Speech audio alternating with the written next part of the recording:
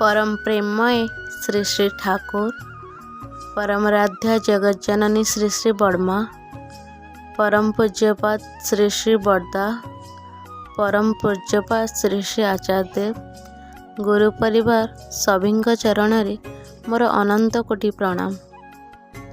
एवं आजिर वीडियोटी देखुथिबा समस्त गुरु भाई और माँ माननकु मोर अंतरर जरा और जय गुरु।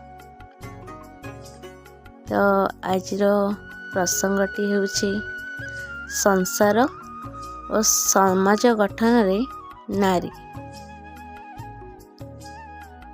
नारी और समाज अंगांगी भाव जड़ित, कारण संसार सृष्टिर मूल उत्स ही नारी। नारी शब्दर विश्लेषण हैला नारीयति इति नारी, अर्थात जे पालन करे, पोषण करे, वृद्धि प्राप्त करे, स्वामी, संसार और समाज को जे उन्नति दिगरे परिचालित करे से हेउछि नारी। नारी शब्द को अन्य भावरे व्याख्या करने को गले न अरी नारी, अर्थात जार कौनसी शत्रु नहीं, से ए संसार समस्त को जन्म दिए, तार शत्रु आसीब केउठो। समाज रूपक शगड़र दुईटी चक सदृश नारी और पुरुष उभय परस्पर परिपूरक, गोटे बिना अन्यटी अचल। जी जहा वैशिष्ट्य परिपुष्ट, केही काहाठार अधिक नुहे बा अणा नुहे। वैशिष्ट्य माफिक चलाणी ही सेमानकु उपयुक्त समान दे पारिबो। केही जदि काहा संगे तुलना करी निजको समकक्ष करबाकु चेष्टा करिबो तो तेबे समाज रे असंतुलता देखा देबो एवं समाज और संसार नष्ट पथरे ही आगे जीवो। उभयंकर परिपूरक, जड़े प्रकाशमुखी आउ जड़े तार सौरभ बा महक। श्री ठाकुर पुरुष मानक अपेक्षा नारी मानक अधिक गुरुत्व देइछन्ते, सेमानक उपरे अधिक भरोसा रखिछन्ते, कारण गोटे जाति को जन्म दिए नारी।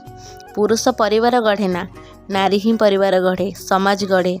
किंतु समाज आज नष्ट हो जाइछि, कारण नारी निजे आज तार वैशिष्ट्य हराई सारिछि, मर्यादार सीमा उल्लंघन कर सारिछि।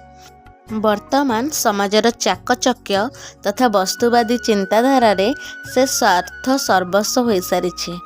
सेथिपाई ताकु प्रति पदक्षेप अनेक समस्यार सम्मुखीन होबाकू पड़िछि, जहा फल जो पुरुष को से जन्म देउछि सही पुरुष ही ताकू शोषण करुछि। कारण निजर अमर्यादा पाई नारी निजे ही दायी।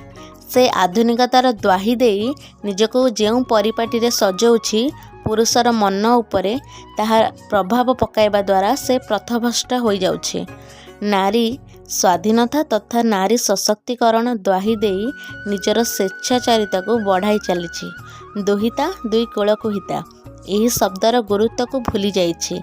कूल कहिले से केवल बापघर कूल को बुझुछि, भूली जाउछि शाशुघर कूल को। पुरुष सांगरे समान हेबाकू जाई निजर 8टी जाक वैशिष्ट्य यथा निष्ठा, धर्म, शुश्रूषा, सेवा, साहाय्य, संरक्षण, प्रेरणा, प्रयोजन सबको भूली जाइछि। ए समस्त समस्यार समाधान पाई श्री श्री ठाकुर कहिचंदी, सबु समस्यार समाधान जानी था इष्ट प्रतिष्ठान।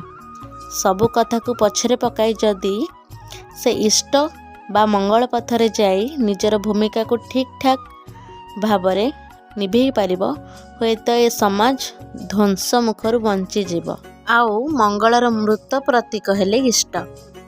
संतान को, संसार को तथा परिवार को धारण करिवार क्षमता तार अछि बोली ताकू धात्री कहा जाए। एही शब्दटी को जदि से बुझी निजको ठीक बाटरे चलई पारिबो, निश्चिंत भावरे समाजर, संतानर और परिवारर मंगल हेबो। बोहू शब्दटी आसीछि बह धातुरु, अर्थात बहन करिबा। परिवार रे स्वामी, सासु, ससुर, ननंद, दियर तथा अन्य मानक से बहन करी चली पारे बोली से बोहू। से दोषदर्शी न होई गुणदर्शी हेले संसारर समस्तंकर आदरणीय होई परिबो।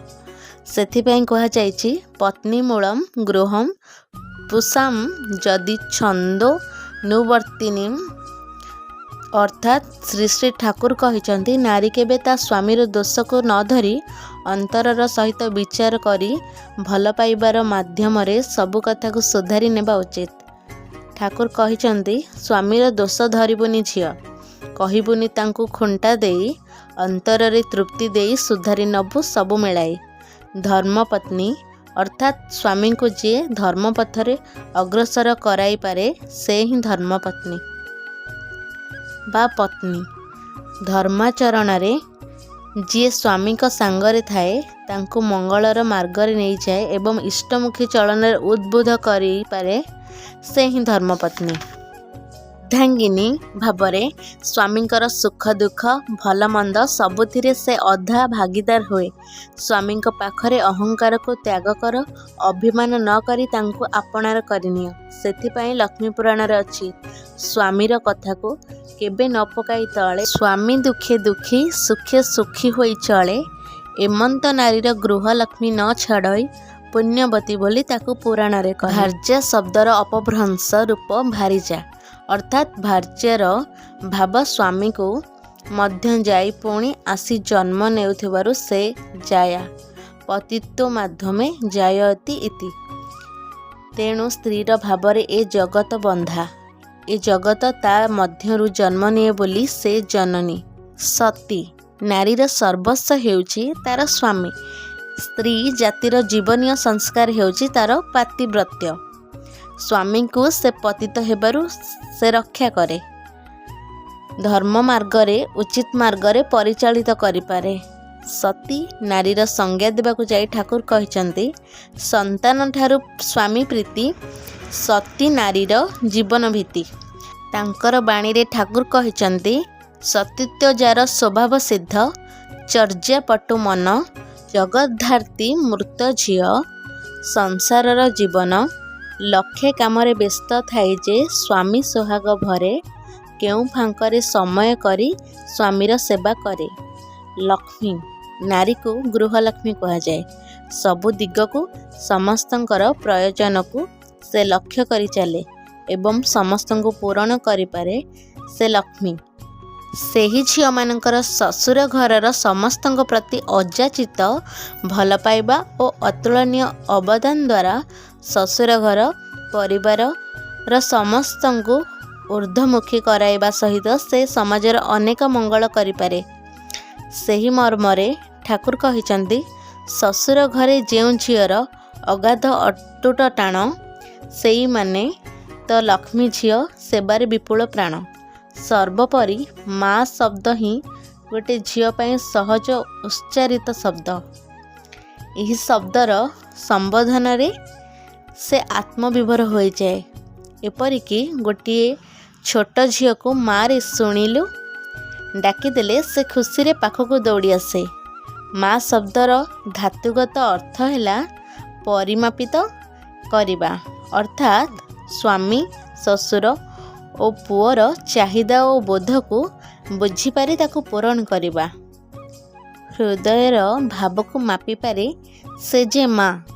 ମା ଶବ୍ଦରୁ ଆସିଛି ମାଇପ ଶବ୍ଦ, ଅର୍ଥାତ୍ ସ୍ତ୍ରୀ ତାର ଭାବବୋଧ ନେଇ ସ୍ୱାମୀକୁ ଯେପରି ପରିମାପିତ କରିଥାଏ, ସନ୍ତାନ ସେହି ପ୍ରକାର ହୋଇ ଜନ୍ମ ନିଏ।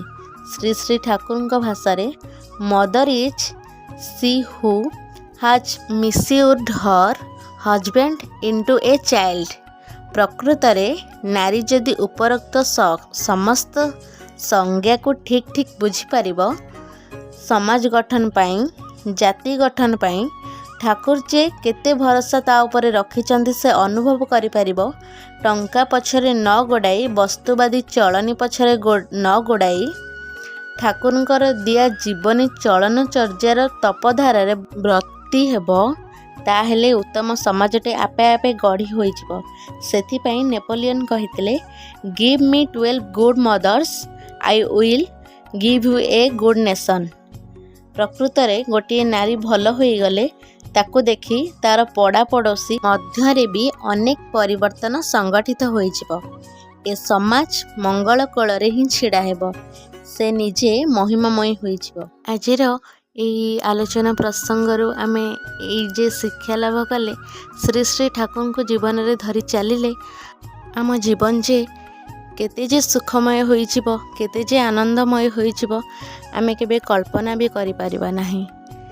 ତେଣୁ ଆଜିର ଏହି ଆଲୋଚନା ପ୍ରସଙ୍ଗଟି ଆପଣମାନଙ୍କ ପାଇଁ ପ୍ରେରଣାପ୍ରଦ ହେଉ, ଏହା ହିଁ ମୋର ପରମ ପିତାଙ୍କ ନିକଟରେ ମୁଁ ନିବେଦନ କରେ। ଆପଣମାନେ ସୁସ୍ଥ ରୁହନ୍ତୁ, ଦୀର୍ଘାୟୁ ହୁଅନ୍ତୁ ଏବଂ ଇଷ୍ଟ ପଥରେ ସବୁବେଳେ ଚାଲନ୍ତୁ। ସର୍ବଶେଷରେ ସମସ୍ତଙ୍କୁ ଜୟ ଗୁରୁ।